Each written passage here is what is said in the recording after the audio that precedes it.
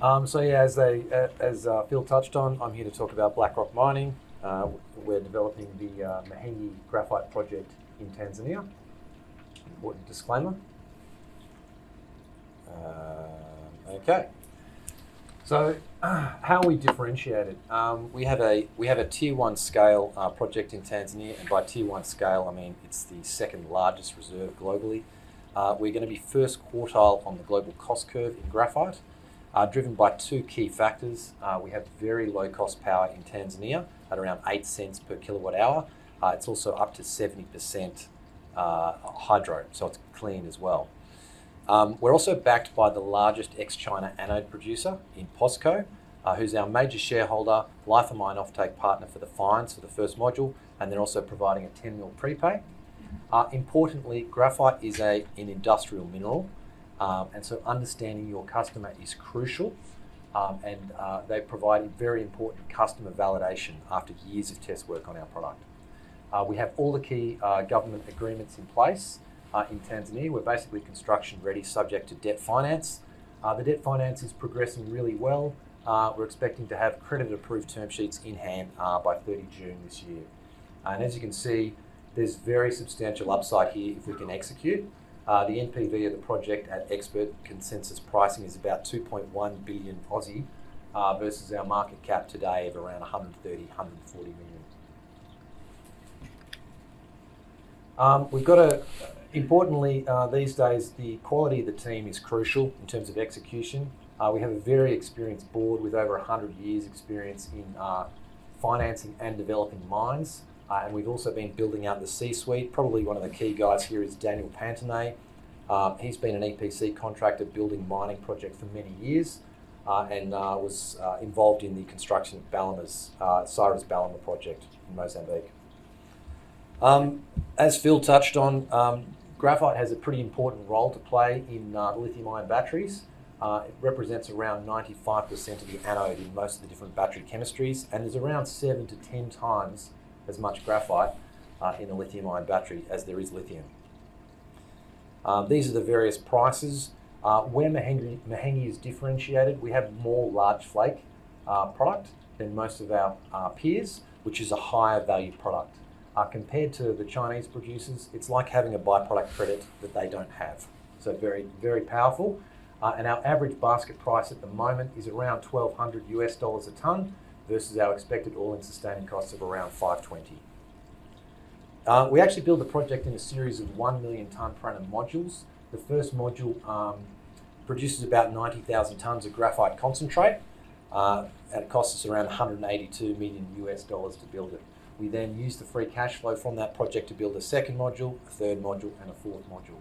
So in this way, we have a very large project, but by building it in a modular way, it keeps the capex down, and it also lets us expand as the market expands rather than flooding the market with a very big project. Here's the cost curve for graphite. Importantly, 70% of the supply of graphite comes out of China. So if you want to be a graphite developer, you need to have some serious advantages, otherwise you are going to get skinned. We've got three big advantages. The first I mentioned is power. If we were on diesel gensets at say 32 cents a kilowatt hour instead of 8, we'd be add $200 a tonne to the cost there. So you can see we'd immediately go from the first quartile straight to the fourth quartile. The other advantage we have is the large flake, which I mentioned, which is worth about $100 a tonne. The Chinese don't get that benefit.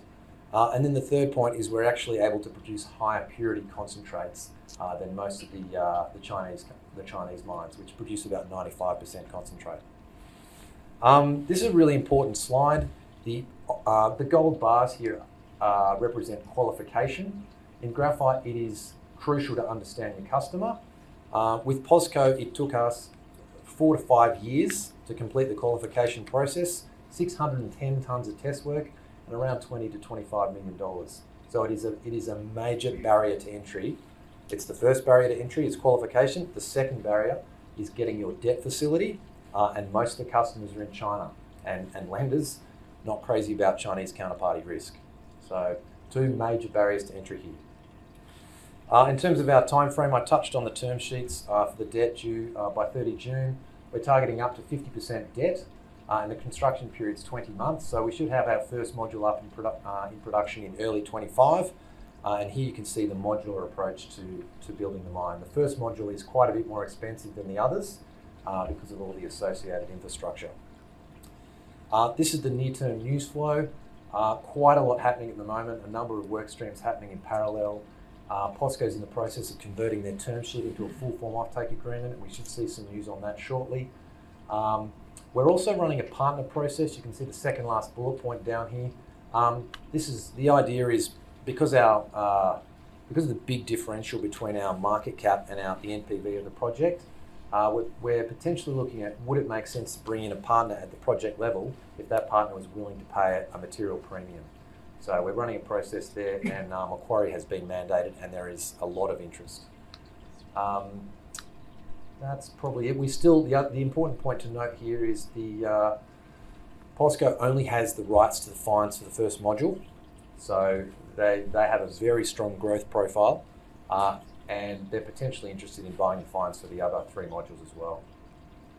So I'll probably leave it there for questions. Will the Tanzanian government getting a percentage of free carry of the project? Yes, they will. All those numbers on the slide, I might just throw it back here.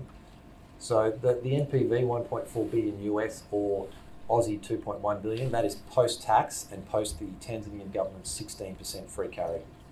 So that means we have to fund the 182 million of capex ourselves. They don't have to contribute, and then they get 16% of dividends. Thank you for the presentation. Can you differentiate between synthetic graphite and the naturally occurring, and whether the constituency within a battery as such is differentiated between the two? So we do actually have, I normally go on into the detail quite a lot about this. And just see if I've got the slide on it here. No, I took it out.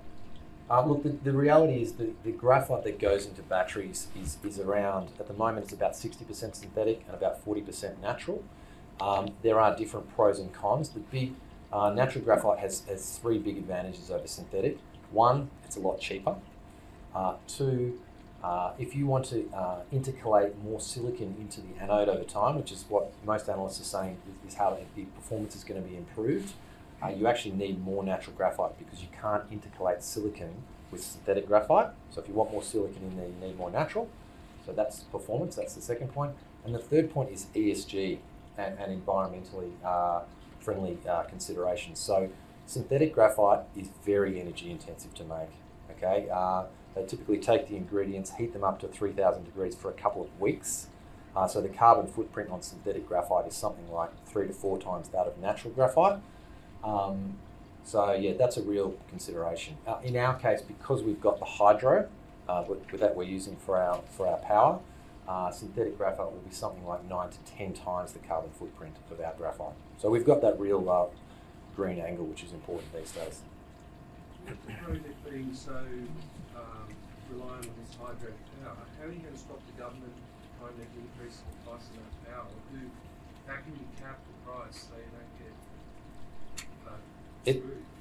It's a good question. The entire Tanzanian economy is built on hydropower at 8 cents. At the moment, it's 40% hydro. There's a new dam going in called the Julius Nyerere Dam, which is built. They're filling it up now. That should increase the percentage hydro up to 60 to 70%. And also the Tanzania will then be long about a gig power, which would be helpful. There is no guarantee that the Tanzanian government might not increase some sort of tariff on the power. However, they are getting a 16% free carry, and ultimately, when you add up the 3 bits for Tanzania, the 30% tax, the 16% free carry, and the 4% royalty, the government's got about a 50% take all in of the project, and they're reasonably happy with that. So, look, I can't see them cranking up the power to the entire Tanzania economy. It'd put a whole lot of businesses, out of business, I think. So there's no guarantee, but look, I think that the infrastructure in place there is pretty helpful, and I'd certainly much prefer to be on the grid on hydropower than on diesel gensets exposed to the oil price, which could go anywhere.